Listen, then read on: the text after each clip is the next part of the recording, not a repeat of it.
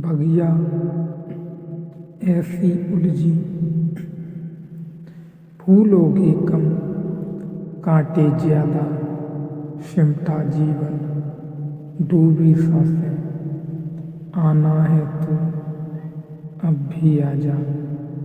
यदि आपने अभी तक अंतिम अध्याय नहीं देखा है तो कृपया करके अंतिम अध्याय देखें, उसके बाद ही इस अध्याय में प्रवेश करें। बिना पिछला अध्याय देखे इस अध्याय को भी न देखें, अपना समय व्यतीत न करें।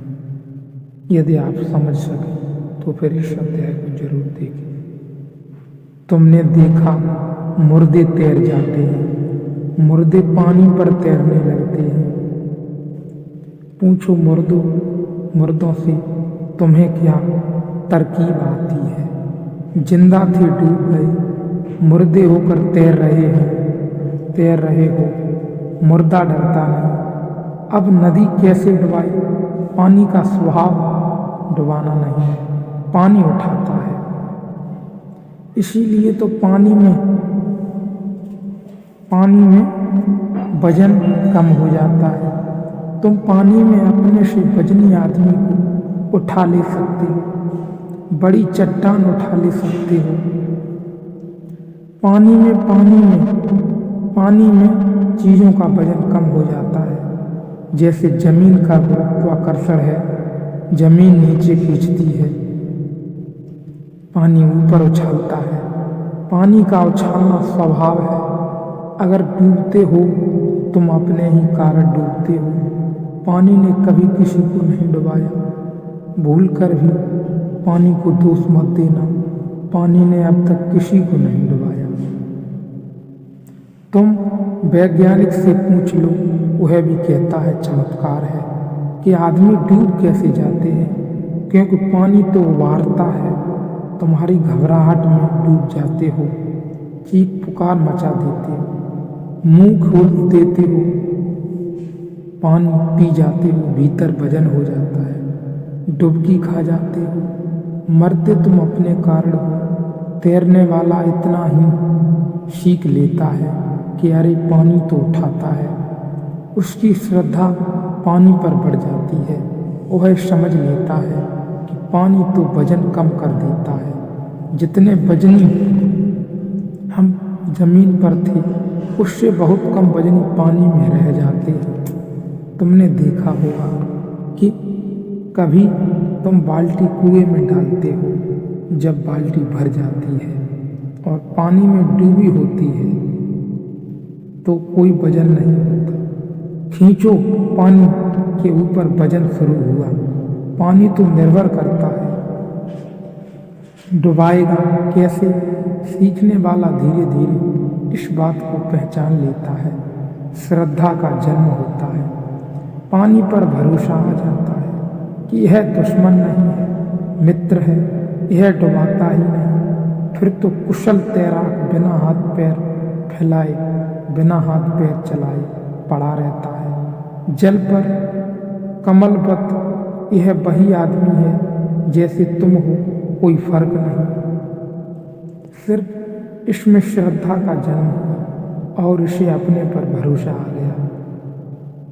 जल पर भरोसा आ गया, दोनों की मित्रता सद गई।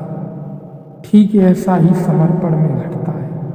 समर्पण में डर यही है कि कहीं हम डूब न जाएं, तो किनारे पर उतरो। तुमसे कोई 100 डिग्री समर्पण करने को कह भी नहीं रहा है। 1 डिग्री सही, उतर कर पहचान आएगी, स्वाद बढ़ेगा, रस जगेगा, प्राण पुलकित होंगे। तुम चकित होगे कि कितना गवाया अहंकार के साथ। जरा से समर्पण से कितना पाया। नए द्वार खुले प्रकाश के, द्वार नई हवाएं बहीं प्राणों में, नई पुलक, नई उमंग, सब ताजा ताजा है। तुम पहली दफे जीवन को देखोगे, तुम्हें पहली दफा आंखों से धुंध हटेगी। प्रभु का रूप थोड़ा थोड़ा प्रकट होना शुरू हुआ। इधर समर्पण, उधर प्रभु पास आया, क्योंकि इधर तुम मिटना शुरू हुए, उधर प्रभु प्रकट होना शुरू हुआ। प्रभु दूर थोड़े ही हैं, तुम्हारे वजनी अहंकार के कारण तुम्हें दिखाई नहीं पड़ता।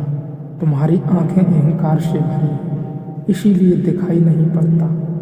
खाली आंखें देखने में समर्थ हो जाती हैं, फिर धीरे धीरे हिम्मत बढ़ती जाती है। श्रद्धा, आत्मविश्वास, तुम और समर्पण करते हो। एक दिन तुम पूरी छलांग ले लेते हो।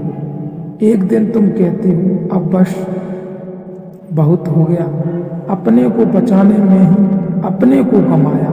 अब तक एक दिन समझ में आ जाती है, एक बात समझ में आ जाती है, अब डुबा देंगे और डुबा कर बचा लेंगे। यहाँ डूबना, समर्पण, ये सब बातें परमात्मा के लिए ही हैं। जितना जितना तुमने श्रद्धा विश्वास किया, उतने उतने तुम करीब आते जाओगे, मुक्ति के करीब आते जाओगे। जितना श्रद्धा समर्पण किया, उतना ही तुम्हारा अहंकार निरअहंकार हो जाएगा, अहंकार खत्म हो जाएगा समर्पण के करते ही। प्रश्न यही था कि क्या बिना निरअहकार के समर्पण संभव है? तो अहंकार पर ध्यान देने की आवश्यकता नहीं है। धीरे धीरे उतरो, धीरे धीरे धीरे धीरे समर्पण करो, अहंकार अपने आप विदा हो जाएगा। एक दिन पता चलेगा कि अहंकार था ही नहीं, जिस दिन आंख में धुंध नहीं होगी। साफ आंख, स्वच्छ आंख ही परमात्मा को प्रकट करेगी एवं देखने में समर्थ होगी। इस आंख में अभी हमारे तरह तरह के अहंकार निर्मित हैं, जो समर्पण से धीरे धीरे विदा हो जाएंगे परमात्मा की यात्रा में। धीरे धीरे धीरे धीरे आनंद के साथ बहो, प्रेम की धारा के साथ।